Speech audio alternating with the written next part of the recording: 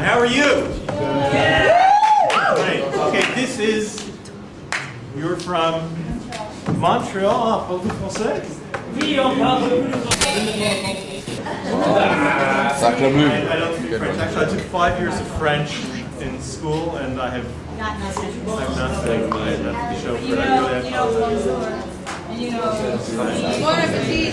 But you're Canadian. Three of my 9 children are Canadian. Not all of us are Canadian. Yeah. No, you're not all Canadian? We're mostly not Canadian, actually. Oh, really? So why is this the Montreal? Montreal, Boston? Montreal, Boston. This is the Montreal contingent. Okay. We're like the Mossad.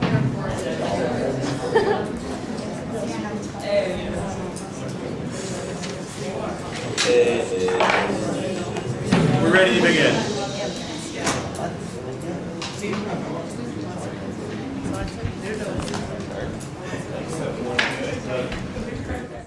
The court of King Louis XIV. King Louis XIV, for all of his external trappings as a proper Christian king, internally, inside, he was a skeptic. He was what we would call today, philosophically, an agnostic. Now, an agnostic is different than an atheist.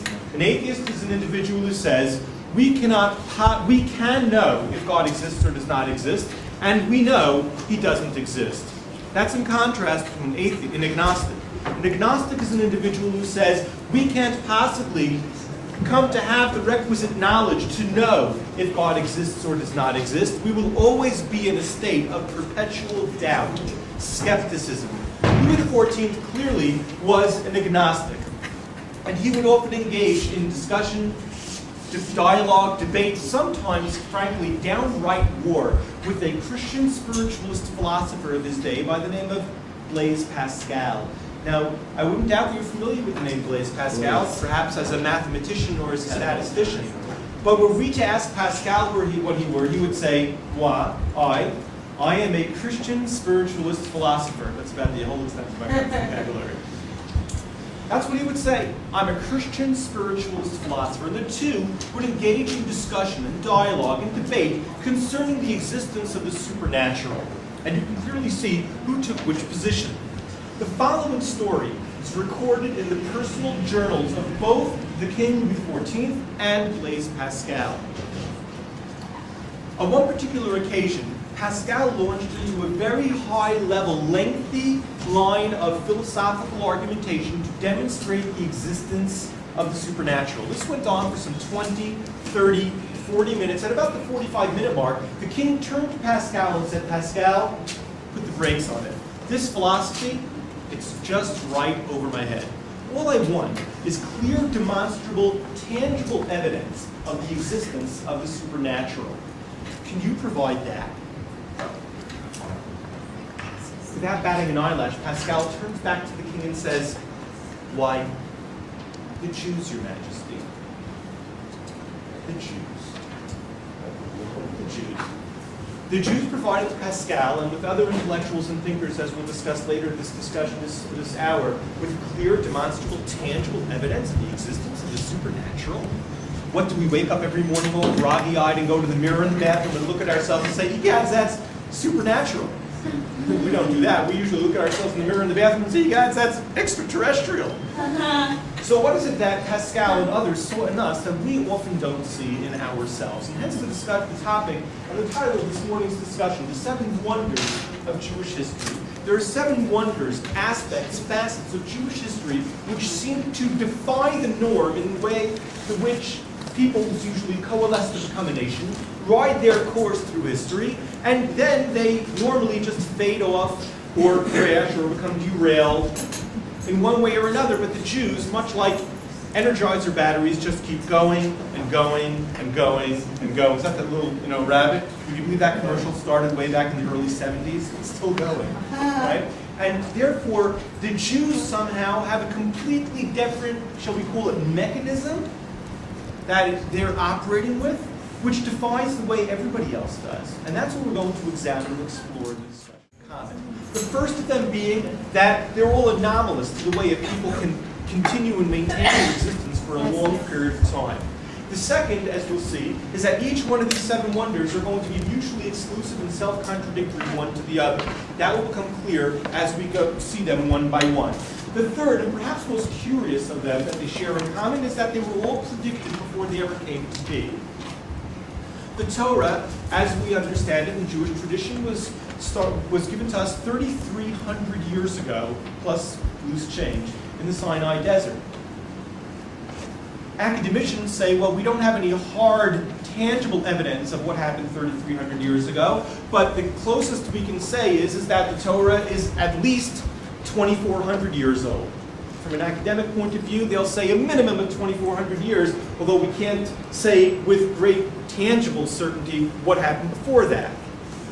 Either way, whether one says the academic position of 2,400 years or the Jewish traditional perspective of 3,300 years, either way, we're going to see that these 7 wonders were predicted in the Torah well before any of them ever came to be. Let's take a look at the first one. And what is the first of these 7 wonders? We have source books here at Discovery. These are the source books, and you're going to be getting them soon. But first, I'd like to, well, take this discussion to a completely different direction. You'll see what I'm getting at in a moment. The first of the 7 wonders is a fascinating one. It actually sets the tone. It's the headline. It's the context of the entire discussion. And that is, as strange as it might sound, God tells Abraham, the first Jew, and subsequently the Jewish people after him, that the Jewish people are going to be, use a different color over here, are going to be an eternal nation. I want to read for you the quote, or at least one quote, which discusses this. The first quote is from the book of Genesis. You guys are familiar with the 5 books of the Torah? The 5 books of Moses? Let's see if you know their names. The first one is Genesis. What's after that? Deuteronomy. No, try to go in order. Exodus. Genesis, Exodus, Leviticus, Numbers, Deuteronomy. Let's try that one more time. Genesis, Exodus, Leviticus, Numbers, Deuteronomy. I want you to make sure you get that down pat, because in 10 minutes it's going to be a pop quiz to see if you know this backwards. Okay? The first book of the Torah, it reads as follows. One of the first dialogues that God has with Abraham reads as follows. And I will establish my covenant between me and you and your descendants after you throughout their generations, an eternal covenant to be your God and the God of the descendants after you. There's going to be an eternal covenant with the Jewish people. They will continue on eternally.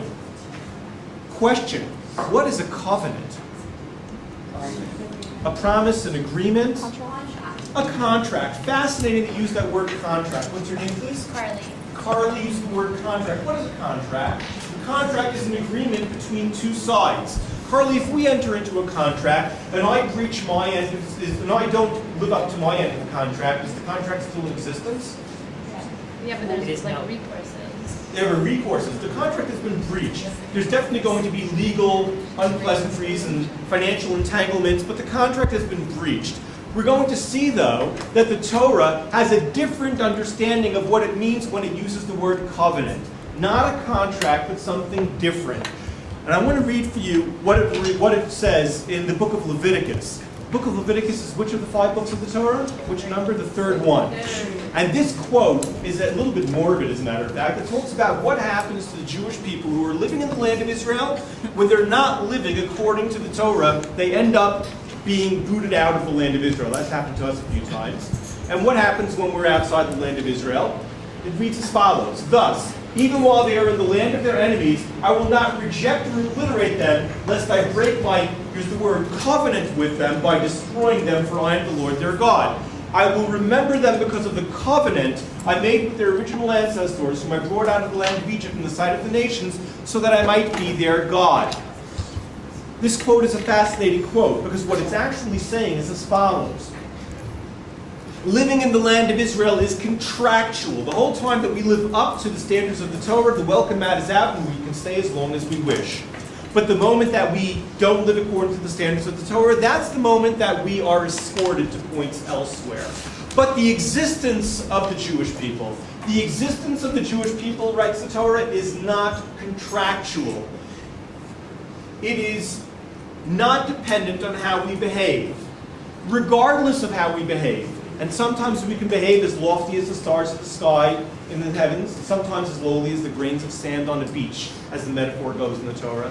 Either way, regardless of how we behave, we will always continue to exist. Come hell or high water, sometimes there'll be more of us, sometimes there'll be fewer of us. The Jewish people will always continue to exist. It is a one-way unilateral promise and a guarantee from the creator of the universe that we will always exist. That is what the Torah means when it uses the word covenant. Now let me ask you a question. We posed during the introduction the following question. Can we know if God wrote the Torah, or is it not possible to know that? Or perhaps people wrote the Torah. Question. If God wrote the Torah, could he see to it that we, being an eternal nation, the Jewish people, will be able to surf it out throughout all of time? That's something God could see? No problem. He probably could do that. But what if man wrote the Torah? Is it possible that a man authoring the Torah, man, not man as in man versus woman, but man as in mankind, man writing the Torah, can he see to it that in fact and guarantee that the Jewish people will be an eternal nation? No. Question. On the assumption that in fact man wrote the Torah, why would he include an assumption in here or an assertion that he couldn't possibly back up? What possible logic, reason could there be behind it? Like, he really doesn't need a backup. You know, he could have put it in there and then seen how it goes and shown, by putting it in there, he's like, hey, check it out, everyone who follows this. Right. You're going to exist forever. You know? Right. And what happens if it doesn't pan out? It doesn't pan out by the time he's gone. Like, Exactly. No one's going to come and ask them for their money back because they're all going to be dead. It's not a problem. What's he going to say when he's proven wrong and the Jewish people disappear? He's going to say, I saw this wrong. Everybody makes a mistake, yeah? You know, the author speaks in the Yiddish accent, it must be, right? No doubt about it. Somewhere between Yiddish and the French accent, I guess, right? Okay, now, but why would he put it in? So you're making a very good point. It actually happens to be, I think, PR and marketing. It's a fantastic public relations and marketing tool. What's that tool? Yeah? I was going to say, it's sort of a self-fulfilling prophecy. You see that the Jewish people always exist, and the Jews can look at it and say, God said we have to exist, so we're going to fear. Right. Anyone could have written that. Right. I hear A that. man could have written that. I completely hear you. What's your name? Allison? Allison, I hear you 100%. Self-fulfilling prophecy, why not? It says we're always going to exist, so let's just keep existing. I hear you 1,000%. Bear that in mind as we go through this point to point and see how it pans out. Be that as it may, I like to put it the following way. Every human being has something that's called an existential angst. You know what an existential angst is? We in Judaism we say we live to be how old? How old should we live to be? 120 years old. So 120 years old. What happens after 120 years? Lights out? That's it? Everything I've accrued and amassed and achieved in life, it's gone? We all seek to be able to live beyond ourselves. And God willing, we should all be so blessed to have children to continue on after us. God willing, everyone should have that blessing. And in that way, we relieve that existential angst. Some people do that which is famous, and they get written into the history books, and they continue on through their deeds. And some get written in the history books for their misdeeds, and are written into the history books in infamy forever. Nonetheless, we all seek to relieve this existential angst. And perhaps, even if it's a human author, he would say, I'm going to tell you that you're going to be an eternal nation in order to pump you up. Grab onto this, and it's your ticket to eternity. It's your passport to immortality. With this, you will be greater than you ever could have been as an individual or even as a group. Okay, great. Let me ask you a question. The author of the Torah is asking us to make a big investment. Be Jewish. I mean, look back on history. It's a pretty big investment being Jewish. Right? Big liability sometimes. It's a great privilege and an honor, but there's definitely liability carrying with it, no doubt. Question. You're standing at Mount Sinai. The author of the Torah says, hey, you guys, eternal nation. I turn back to the author of the Torah and I say, sounds great, but before I invest, I want to know, give me a sense of confidence that you know what you're doing. What strategies would you implement and employ in order to see to it that in fact we'll be this eternal nation? Give you an example. Imagine that you are the board of directors of a major financial corporation. You got, I don't know, $10 billion at your disposal, right? Maybe $10 billion today isn't such a big number, I don't know. I come to you and I say, you give me $1 billion, and in 3 years I'll turn it back to you $10 billion. Good deal? You're going to give me the $10 billion? You're going to give me the money? Yes? Anybody agree, disagree? Give me the money? No. Why? Because you gotta give me some evidence or something. Yeah, like who are Collateral. you? I'm just going to fork over the money? Okay, she just assumed that, right? I mean, it's obvious. But I'm just going to fork over the money, but rather you want to know, who am I? What's my track record? And what is my strategy? What's my game plan? What's my business plan that I'm planning to implement to actually earn those kinds of dividends to build 1 billion up to 10 billion in 3 years? After you hear it, you'll decide if in fact I've given you that sense of confidence or not. And in fact, why don't we turn to the author of the Torah and say, you say that we're going to be an eternal nation. Great. That's the objective. That's the objective. But now what we'd like to see are the strategies. What strategies do you propose in order to achieve this objective that you call becoming an eternal nation? How can you see to it, in fact, that we be an eternal nation? And what I'm going to do at this point is that we're going to turn the tables entirely. Okay? Now instead of you being the board of directors and me being the person making the business proposal, I'm going to be the board of directors. You guys are going to be the ones making the business proposal. You're the authors of the Torah right now. You are now you're starting with this. Okay? I'm saddling you with the first one. That you said that we're going to be an eternal nation. I say, sounds great, but how are you going to pull this off? I want you to take a couple of minutes and work, I don't know, maybe in the groups. Yeah, I'm going to probably meet with you this afternoon.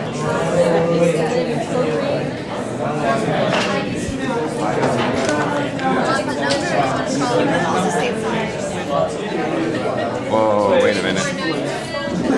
There we go. We're just strategizing over here. We're thinking what we should get Israel survive as a group. Okay, so let's hear some of your ideas. Let's start at this end of the room, and we'll make our way to that side of the room. Okay? Tell me some of the ideas that you had. Let's try to limit it to 2 ideas per group. Okay? If you can. The top 2. What you guys have? Yeah. What's propaganda? Give them experience. Works every time. Propaganda. Another one? Give them experience. I'm sorry? Experience. What kind of experience? Just like spread out, like have them face simulation and like just I don't know, just like have them so they know, like so they don't have like such a small view and they're not like vulnerable to things. Okay. Okay, fair enough. Okay, yes. Yeah, ours kind of has to do with what Yana said, Okay. where we thought it would be a good idea to take the entire nation as a whole Yeah. and give them a fast forward of like a 24-hour fast forward taste of how great the future can be in the time of Mashiach, in the time of Messiah, and to not say that this doesn't mean that you don't have free will, but to say that if you do the right things as a nation together, this is how great you can be. So that they constantly have something to work forward to. Okay, so let's call that aspiring toward future. That's a good one. How about that? Can we call it that? Is that good? Okay, good. How about another one? That's That always was all. That was all. That's okay. But we also said about how after we do that, it's important to keep people as like a cohesive nation, so everyone can work together and strengthen each other. Cohesiveness. Cohesiveness. Okay. In the back, you guys have anything? Oh, we're good. You're good. Okay. Move right along. General people in the back. Yeah, we came out with 10 of them. I know. Try to choose. If you came up with 10, I'll let you do 3. Okay. So do the top 3. Okay. So Strongest ones. one is strong army. Okay. Strong army. Yeah, next. You're gonna survive forever, right? You need a strong army. Okay, sounds logical. And maybe also your own homeland. What? Your own homeland. Own homeland. Homeland. Can I say the Favorite third title. one? Can I say the third one? Yeah, you got it. Yeah, what's the third one? And reproduction. Reproduction. But you only have to have 6 ones if you have like What 5. about it? What about reproduction? You need to Make a lot of children. Yeah, you need to have children to continue Like a your. fish, you have like tons of eggs. Okay, so you have like numbers or a Yourself. lot? Like just. Just that there should be reproduction. Okay, fair enough. Is that it? We're good with that? I mean, we Okay. have more. Jill has something to say. Okay. Yes. Go. Take it away, Jill. You need a, Hold on a second, guys. Yeah. they're gonna need some structure, some rules to follow. Okay, laws. Sure. Okay. A homeland. Homeland. Okay, got another one for Oh, homeland. I didn't see that there. Is there anything unique about that homeland that you want to say about it, or just that there will be a Just that homeland? it's really fun to be in. Has to have milk and honey. Has to have milk and honey. By And the a way, well. you know this is the land of milk and honey, right? Yeah. What kind of milk and what kind of honey? Kosher. Kosher. Cow moo, Cows and right? bees. It's actually not bee honey. It's date honey, and the milk is goat's milk. I thought you were gonna say soy milk as That's for sure. Yeah. What else? So we got laws, homeland, and Miracles. miracles. Like if Maybe we could split the What's rest. that? Give them strength. Like if they know that God's giving them miracles and they know they can endure hardships and they gain the strength to go with Him in the future. Miracles. Okay, sounds cool. Okay, we'll go this way. Anything? What do you got? Provide for themselves, How do you mean by provide for themselves? like how to feed themselves, how to, I guess, nation has to survive, it has to eat, it has to, have Yeah. shelter. You So, mean like independent resources, not Right. relying on others? right. Okay. Independent. Whoa. Hold on a second. Independent resources. Okay. Yeah. How to adapt, how to, I guess, let's say in biology, every living thing has to adapt to new conditions. So people as well has to adapt to new conditions. Adaptation. Adaptation to changing conditions.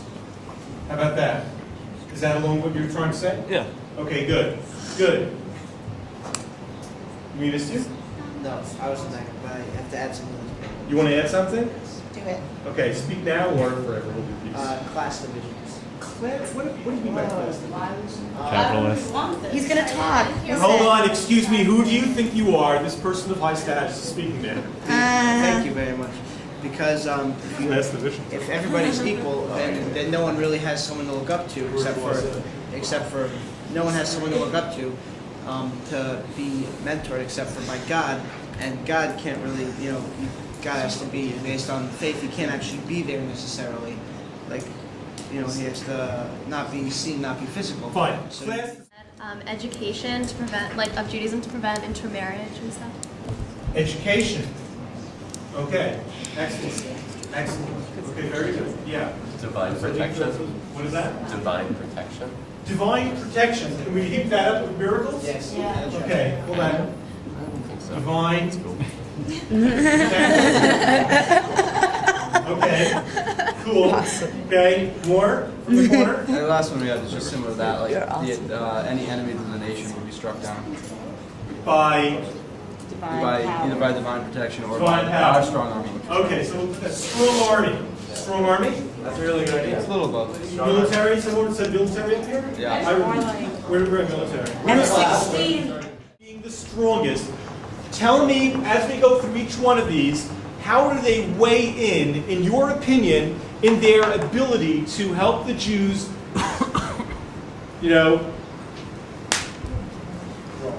be an eternal nation, right? To be able to surf it out for the long haul. Okay? What tool is the strong? I want you to rate the strength of each of these tools. Okay? Ready? Let's do it. Propaganda. Zero. This is propaganda, honestly. God. Okay. Experience. It means that you're going to show them what the future could be and like inspire towards the future. If you can show them the same. Wait, is that the same? Yeah, they want to link it. Inspiring, I don't like that. inspiring towards the future. Negative. I would say like a 3. Negative. Four. Negative. Negative 2. Okay, there. 3, 4. Okay, how about cohesiveness? 5. Yeah. Cohesiveness. 5. 10. 5. Okay, that's nice. I like that. Strong army. Boo. 4. Who said no? Odd numbers. 3. 3.9. But 7. We're going to put a 4 in here, okay? I'm hearing 3s, 4s, and 5s. How about homeland? Yes. 5. Those Okay, are ours. how That's about all you know. reproduction? We kind of need that. We kind of need that. Do we need like heavy reproduction? Yes. We need a lot. Who said 12? How about I laws? did. Yes. 12 kids. 5. Just like the rabbit. 5. Okay? Unless you say otherwise, the people who shout the loudest carry the day over here. Okay? 5. How about miracles? 5. It's a miracle. Hallelujah. 0. No, that's 9. Everything is a miracle. No, 5. I got it. Wait, who believes Okay. 5? How about independent resources? Independent resources. Whoa. Food, all right. How about adaptation to changing conditions? He likes it. But you want to know what it is. Explain it a little bit more. Only like sweat on. Yes, be resilient. You gotta, roll with the punches. There's always changing conditions. And, anything that's alive has to adapt to those. Okay, so what do we say? 1, 2, 3, 4, 5. 5. Flexibility. Change conditions. 5. Okay, no problem. Are you talking about miracles? Class distinction. 5. 1.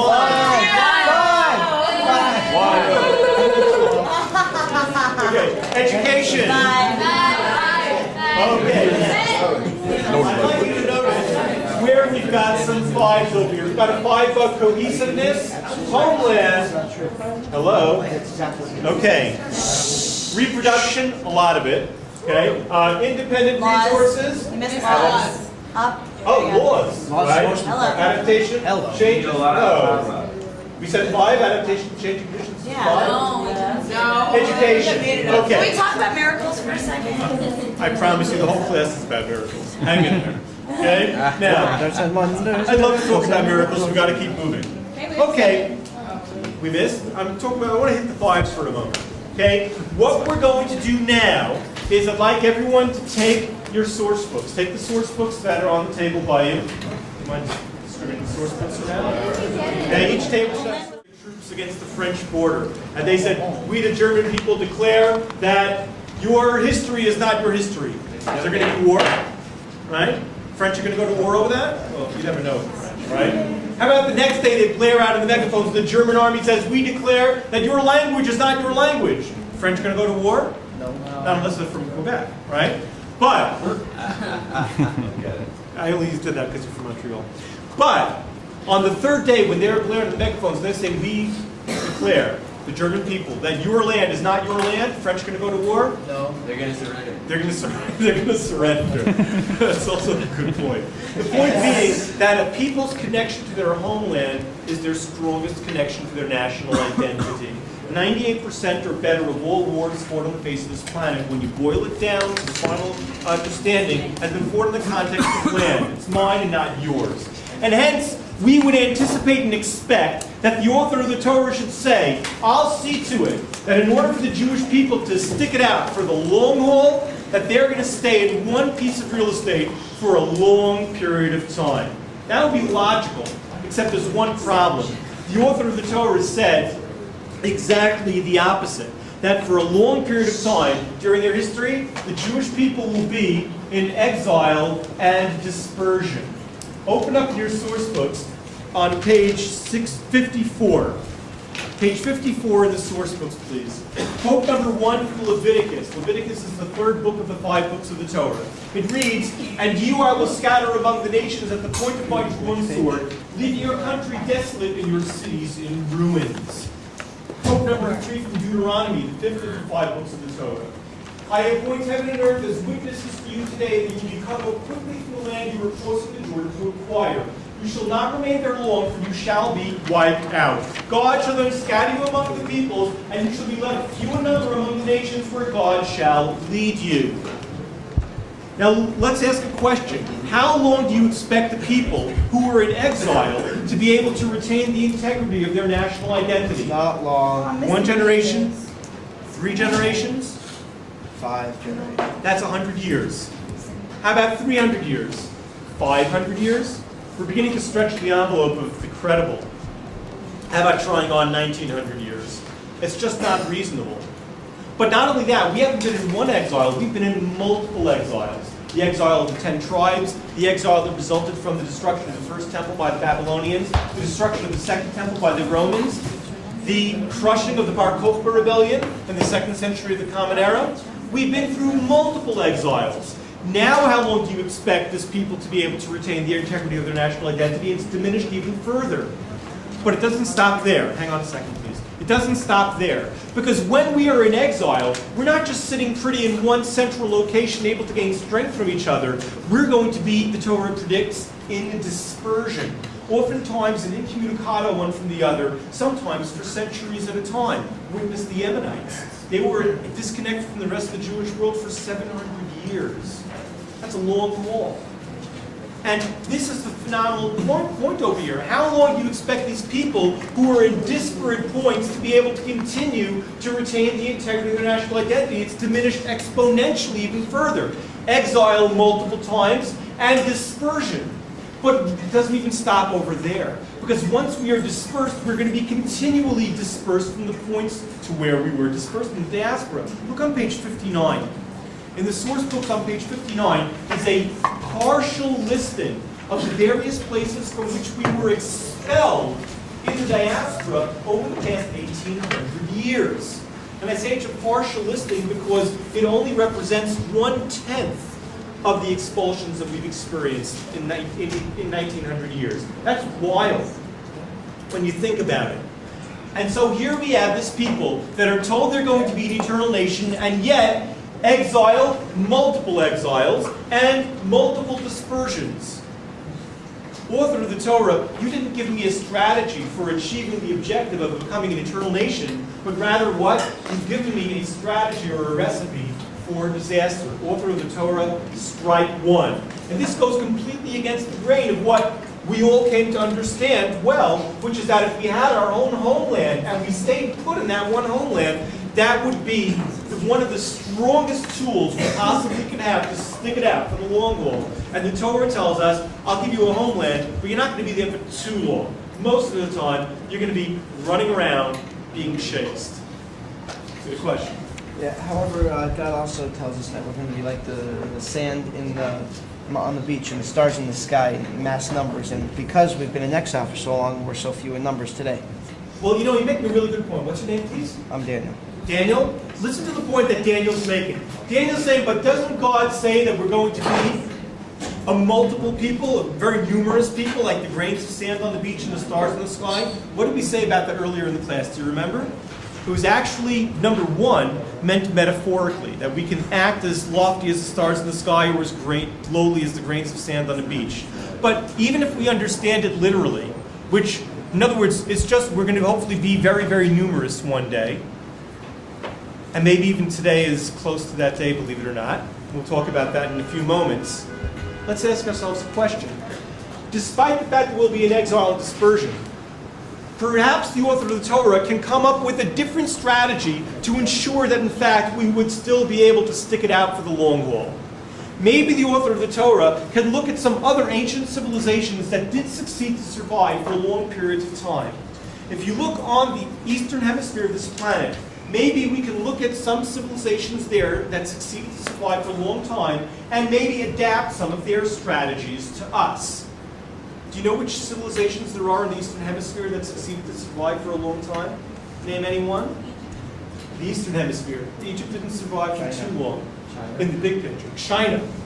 China, India, and Japan. What was Japan's secret to success? What was their Isolation. secret? Isolation.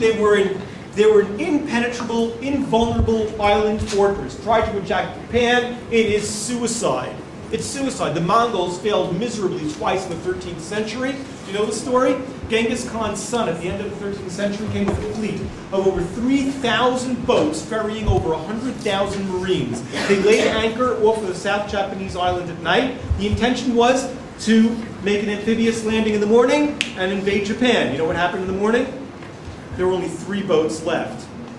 What happened? A typhoon came and capsized the whole fleet. Harry Truman dropped 2 bombs to end World War II. Why? Because his military advisor said, Harry, you make a land assault against Japan, there'll be at least 1 million casualties. And that's just on the American side. Harry said, forget that, drop the bombs.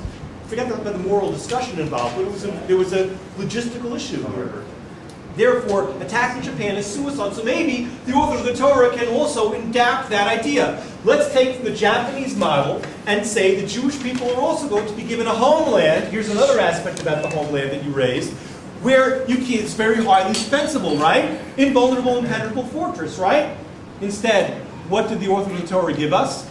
You want to go from Asia to Africa? Please step right through my living room. You want to go from Africa to Europe?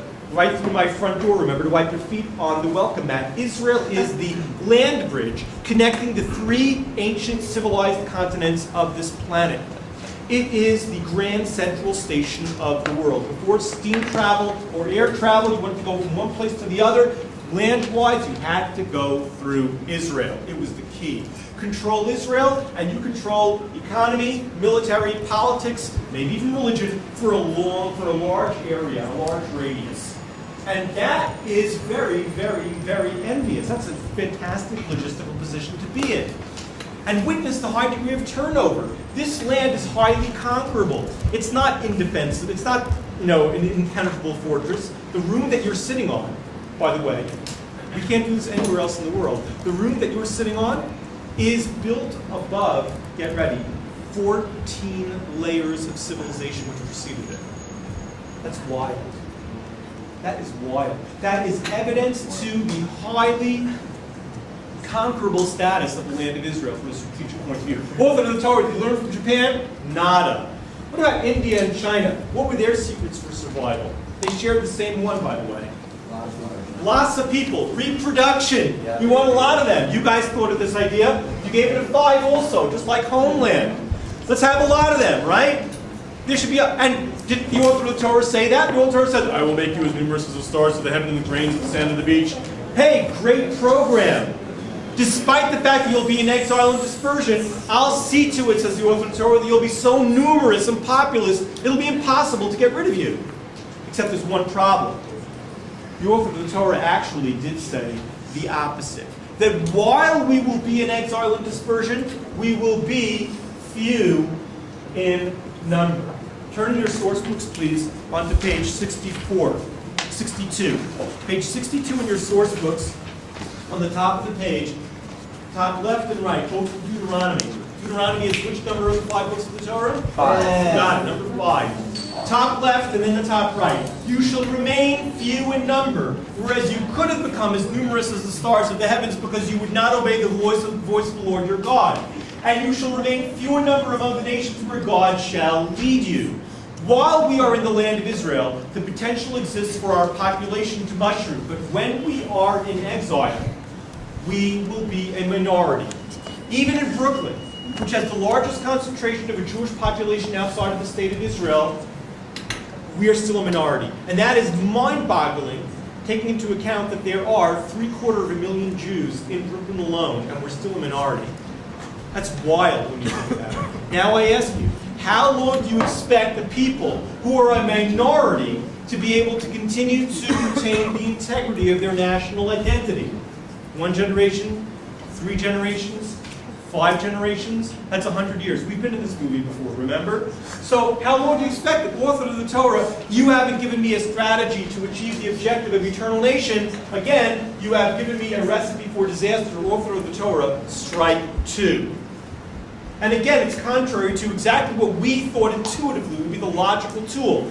High rate of reproduction. Make a lot of us. But no, the author of the Torah says when you're an exile dispersion, a minority. We have a question. Well, I was just going to say, why would God say that? That's a good question. That's an excellent question. I don't have the answer to that one, except maybe at the end of the class, the whole point of it. So now, having said what we've said, I just want to take you on a little bit of a detour. Do you know how many Jews there were in North America 30 years ago? How many? There were 6.5 million Jews in North America 30 years ago. Now, how many Jews should there be? If 30 years ago there were 6.5, how many should there be today? 13, 18. How about let's lowball it and say 50% growth rate? We should be 10 million. How about that? Okay? I'm just like, let's lowball it. Just a natural growth of 50%, we should be at 10. Do you know how many there actually are in North America today? 5.5. Okay, so do the arithmetic. How many Jews did we lose in 30 years? Good, Leslie. Very, very wise. If you say 1 million, you're off. We lost between 4.5 to 5.5 million. Because not only did we lose the million, we also did not gain what we should have gained, another 3.5 million. Where did they go? Well, that we should have. The point is that why don't we have that? Why did our population decrease? That's the point. No? To Israel, maybe 250,000 Jews moved to Israel from North America. Assimilation and intermarriage. Listen very carefully. Listen very carefully. Jews walk away from their Jewishness all the time. Not because of what they know, but because of what they don't know. A Jew who knows where he's from, who he is, and where he can go to, where he can get to, that's a Jew who is going to be in there for the long haul. Talk about being there for the long haul. That's what we're trying to do over here. Talk about how we can become an eternal nation. And one other point. Hang on one quick sec. Yeah, go ahead. What do you consider an assimilated Jew? Yeah. Is that someone who identifies with That's a very good question. Who doesn't identify as An assimilated Jew generally is a Jew who doesn't have any connectedness to the Jewish community. So even if it just say I'm Jewish, that's enough to make you a non-assimilated Jew? I'm just trying to... That's a really good question. A Jew doesn't care about being connected to the Jewish community, doesn't care about continuing. In other words, that his future generations will be Jewish. You see, a person, why marry Jewish, right? It's a big question. So someone who says, yes, I'm Jewish, but it doesn't matter to me if I marry. Right. That would be more assimilated. That would be more on the assimilated scale. Yeah. Why are you so worried about assimilation and intermarriage and stuff with the Jewish nation as an eternal people? That is an excellent question. What's your name? Gordon. Gordon, do you hear Gordon's question? Let me reiterate Gordon's question. I think Gordon's question is $1 million question. It's $1 million question. His question is, if the Jewish people are going to be an eternal nation and we're going to make it anyway, so why do we care about assimilation and intermarriage? So some people fall off. That's their problem. What do you want to say? Well, I was thinking it must say somewhere that you're supposed to marry, Jewish, and if you don't follow the rules of the Torah, then what's saying that we're going to be an eternal nation?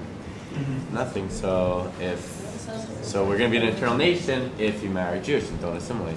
Oh, so in other words, it's a self-fulfilling prophecy idea that Allison wanted to say, okay, which is, hey, we've got a self-fulfilling prophecy here that we've got to pull out, so we've got to marry Jewish. That's what you want to say. Do you buy that, by the way? No. Sorry. Okay. Next contestant, please. Well, I guess it's this idea that, assuming, let's just say that God wrote the Torah, right? Yeah. So God has a plan for us, right? Yeah. But it's up to us to get from point A to point B. It's like how we get there, Right. So maybe He has this plan, and that's His plan, but we have to do. It's like there are contingencies. Yeah, there are contingencies, but we still have to be an eternal nation, one way or another. The question being that was asked is that if we're going to be an eternal nation willy-nilly, as we said at the beginning, it's a promise, a one-way guarantee, then why should we care if people are going to assimilate and intermarry? What I'm saying is that we won't, if we just sit around and don't do anything, we're not going to be an eternal nation. We have to do these things in order to be an eternal nation. Okay. Okay, so that's similar to what, I don't, this gentleman over here, what did you want to say? What? Right. Brandon wants to say, similar in the idea. Okay, yeah. Since Judaism is passed on through the mother, and it doesn't even matter who marries who, as long as there's a Jewish woman alive, whether she marries, when she has children, they're automatically Jewish, whether they choose to follow the religious beliefs or not. By Jewish law, I don't know if they're defined, their children and grandchildren will be Jewish. It doesn't matter if they practice the Torah or not. Oh, very good. Listen to this. What's your name? Leo. Leo says, hey, it really doesn't matter because the truth is that a woman's children are Jewish. So it doesn't matter who she marries, they'll be Jewish, and her kids will be Jewish, and the kids of their daughters will be Jewish. So it doesn't matter if they practice or not. Anybody buy that? No. She's violently against you right here. Okay. Hang on. Yeah. I don't buy that because if, let's say you aren't Jewish and you marry a Jewish woman, great, kids are Jewish, but the fact that either both parents aren't Jewish or don't affiliate with anything, what gives you any kind of clarity that your kids are going to marry a Jew? But it doesn't matter as long as they're. He's saying how many Jews. You'll still He's saying how many Jews are in the United States. Yes, you will. But First of all, what's the very important? good point. First of all, the Jewish boys, when they marry non-Jewish girls, so right away our population is dwindling right there. But let me make one. Well, I want to take 2 points, and then we're gonna wrap up this part of the discussion. Okay? 1, 2. Because, 1 second. We got a disagreement over here. Yeah. I think that it's more than just having a mother that's Jewish that makes you Jewish. Like, yes, like you're Jewish, but if the father's Jewish, or if it's not the family that's, giving you this Jewish identity, and it's more than just saying I'm Jewish. There's much more to that, like as we're seeing. So yes, technically the mother is Jewish, but that doesn't necessarily. Excellent. Let me give you an analogy. Okay. I'm sorry. Time is going. Let me give you an analogy. Okay. My kids are Americans. They're American citizens. There are also 3 of them are Canadian citizens, and they're also Israeli citizens. I got 3 kids with 3 citizenships. Okay? 3 of my kids are Canadian, American, and Israeli. Now the Israeli citizenship, well, they live in the state of Israel, so they know they're Israeli. American, well, they know they're Americans because they've got grandparents living in America, and they're always getting presents from America, trips. Sometimes the grandparents come and visit from America. They've got some reason to associate themselves. But the Canadian citizenship, those 3 kids, they barely realize that they're Canadian citizens. They have nothing to make them feel Canadian. And the truth of the matter is that without any connection to anything Canadian, they have no reason to even think about being Canadian, and their entire association to being Canadian will just fade off and won't continue.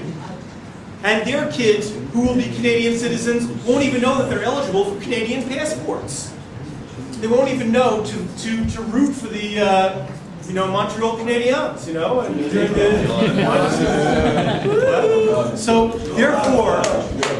therefore, the same thing is true in Judaism. This is what I wanted to help you, give you some food for thought, if I may. You know something? It's true. Hi, Allison. It's true. If there is a promise that we're going to be an eternal nation, if there is such a promise, then why do we care about assimilation and intermarriage? You know why? Because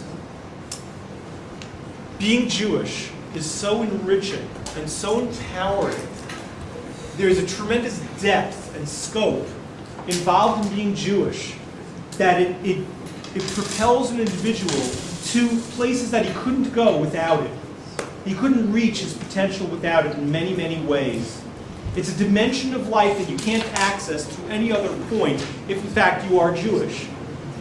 Therefore, what we're saying is, it's not the Jewish people we're worried about. God will take care of the Jewish people. What we're worried about are the individual Jews, giving them the opportunity to be the potential Jew that they were born to be. That's what we care about. That's the bottom line of it all. The Jewish people will still be there. We're not worried about that. Let's talk about this more later, okay? Listen, we have a lot to discuss. Listen very carefully. Author of the Torah says what? that we're going to be an eternal nation. But then, he said, exile and dispersion, strike one. A minority wherever we go, strike two. Author of the Torah, you're in deep trouble. The count is against you. You've got 2 strikes. What do we say in baseball? 3 strikes and? You're out. You're out. So therefore, author of the Torah, what are you going to do? Says the author of the Torah, bring on this pitch, because this one I'm going to knock right out of the park. Bring him home. Right out of the park. What are you talking about? Says the author of the Torah, because I'm going to see to it that wherever you go, in your exile and dispersion, while you're a minority, that the nations of the world are all going to love you. In fact, they're going to love you to death. It's called anti-Semitism. Open up in your source books, please, on page 58. Page 58.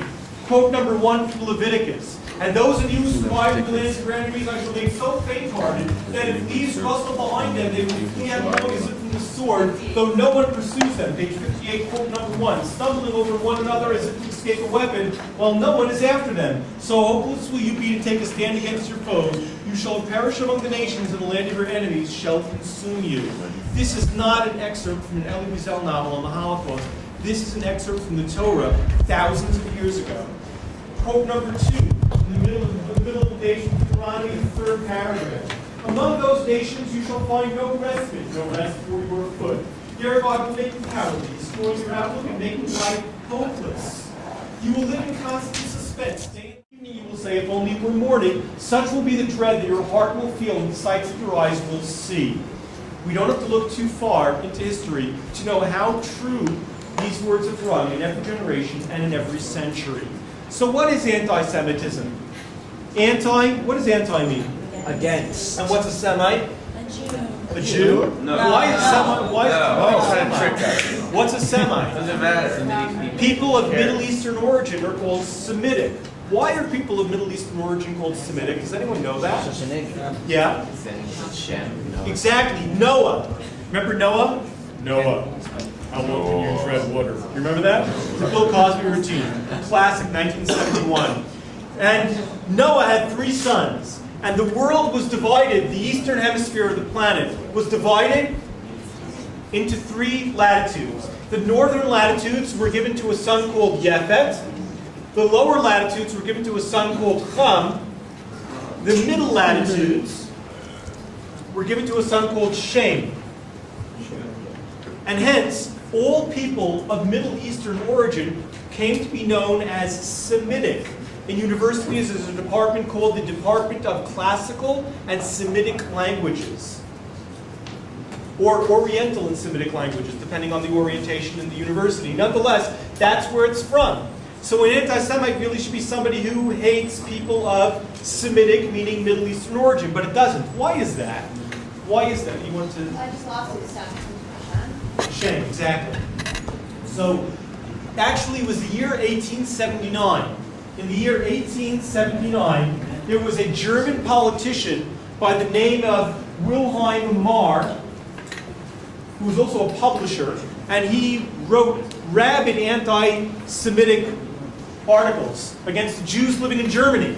Not the Jews living in the Middle East, Jews living in Germany. And he hated the Jews so much he had to come up with a term. He coined the term, believe it or not. He was the one who coined the term anti-Semitism. It first started in 1879, the term. The phenomena goes all the way back, but the term itself originates over here. M-A-R-R. Wow. Now, when you think about it, though, right, a lot of people get hated. Blacks get hated, Puerto Ricans, Hispanics, Indians. So Jews get hated also. What's the big deal? Can't we take it on the chin? Right? Slash tires in a black neighborhood. What do? They come and slash your tires, right? But all of a sudden, when they hate Jews, what do the Jews do? They say, Anti-Defamation League. Oh, no, that's anti-Semitism. Why can't we take it on the chin? Be big boys already. Anti-Semitism actually is fascinatingly unique and distinct from the hatreds of any other identifiable group on the planet.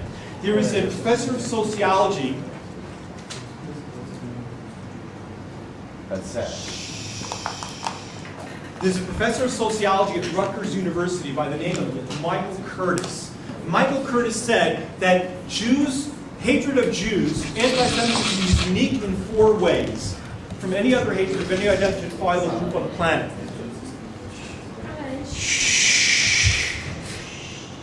The first way is longevity. Ever since the time of Abraham, there's been anti-Semitism. Number two is universality. Wherever the Jews have lived at some point in time, anti-Semitism has visited them there. The third point is intensity. Genocide, says Michael Curtis, has been the expression of anti-Semitism more so than it's been the expression of hatred towards any other identifiable group. And the last one, says Michael Curtis, is irrationality. Everything at its opposite is a reason to hate the Jews, says Michael Curtis. Whatever it is you hate, find it in the Jew and hate him for that. They hate us because we're capitalists, they hate us because we're communists, they hate us because we are wealthy, they hate us because we're poor, they hate us because we're influential, they hate us because we are pedestrian. Everything at its opposite is a reason to hate the Jews. Says Michael Curtis, when you go to a sociology class on anti-Semitism and the professor puts up 25 to 30 reasons for anti-Semitism, says Michael Curtis, rubbish. That is absolute nonsense. You can take every piece of information they put up on the board for the reasons for anti-Semitism, throw it in the garbage. Because for everyone that's up there, there's also an opposite. And that means that people will just find the reasonable excuse for anti-Semitism. If you remove all of the reasons that they put up on the board, you'll find that the phenomenon of anti-Semitism continues to persist. Therefore, by putting up these reasons for anti-Semitism, you haven't identified the reasons, you've only identified the excuses. What is the real reason for anti-Semitism? That perhaps we might get to in the next point. But next point, what do you mean we're going to get to the next point? Didn't we say 3 strikes and you're out of there? You're out. So wait a second. What do you expect to see from a people that are exiled and dispersion, minority wherever they go, and hated and hounded and hunted to death? What do you expect to see from them? Anything? Do you expect to see them at all? Hello? Is anybody home? Hello? Do you expect to see anything from these people? No. They're going to die out. And the people who subject to any one of these 3 things is enough, we're going to get it in spades. But yet the Torah continues, and it says, despite the fact that you're going to be weathering all of these 3 things, the Torah now is going to take a rather sharp turn and tell us that we are going to be a light unto the nations. Open in your source books on page 64. These 2 quotes, quotes number 5 and 6 on page 64 from Isaiah. Isaiah was one of our boys, and he writes as follows. Quote number 5 on page 64. I, the Lord, have called you in righteousness and will hold your hand and keep you. And I will establish you as a covenant with the people for a light unto the nations. Number 6. For behold, darkness shall cover the earth, and a thick darkness the nations. But God will shine upon you. Nations shall go by your light, and kings by your radiant illumination. What nonsense. Have you ever read something like this? The people that are going to be expelled, they're going to be a minority and hated and hounded and hunted to death. They're going to be put on a pedestal for the nations of the world to look up to them and respect and admire them. Have you ever heard anything more preposterous than that?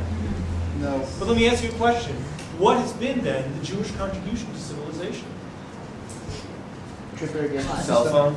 Cell phone. That was us? ICQ. That was us? Really? Sure, there wasn't China. Right? What else? E equals MC squared. Einstein. Hey, Albert Einstein. Contact lenses. Contact lenses. The list goes on and on and on and on. Yeah, but that's most nations. That was us? Oh, right, okay.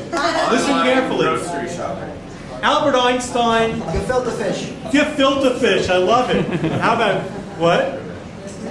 Gefilte fish? I like it. Yeah. What? Monotheism. Listen very carefully. Listen very carefully. Do you have a class called World Perfect? Okay, listen carefully. Albert Einstein, Jonas Salk, Steven Spielberg, et al., whoever you want to put on there in the book, outright, Freud. All of these people were Jews who made contributions, but their contributions were not Jewish. And hence we ask, what was the Jewish contribution to civilization? What's your name? So Evelyn said something very cogent. She said monotheism. Monotheism? Who cares, monotheism? I mean, there was polytheism and there was monotheism. We said monotheism. Was that a real contribution? Yeah. Why? Because it created Christianity. Because just like with your wife. Because it created Christianity? Well, it started the whole Jesus. Hold on a second. So our goal is Christianity. No, Oh, but we okay. influence others. Wait, this is the Jewish place. Yeah, okay. I'm saying we influence. We influenced others. Okay, that's good. That's been the Jewish influence on civilization. Listen very carefully. Have you guys ever read Greek, Roman mythology? Yeah. What are the gods always doing? Fighting, warring, pillaging, raping, maiming, all the time. Why? Listen very carefully. Because in politics,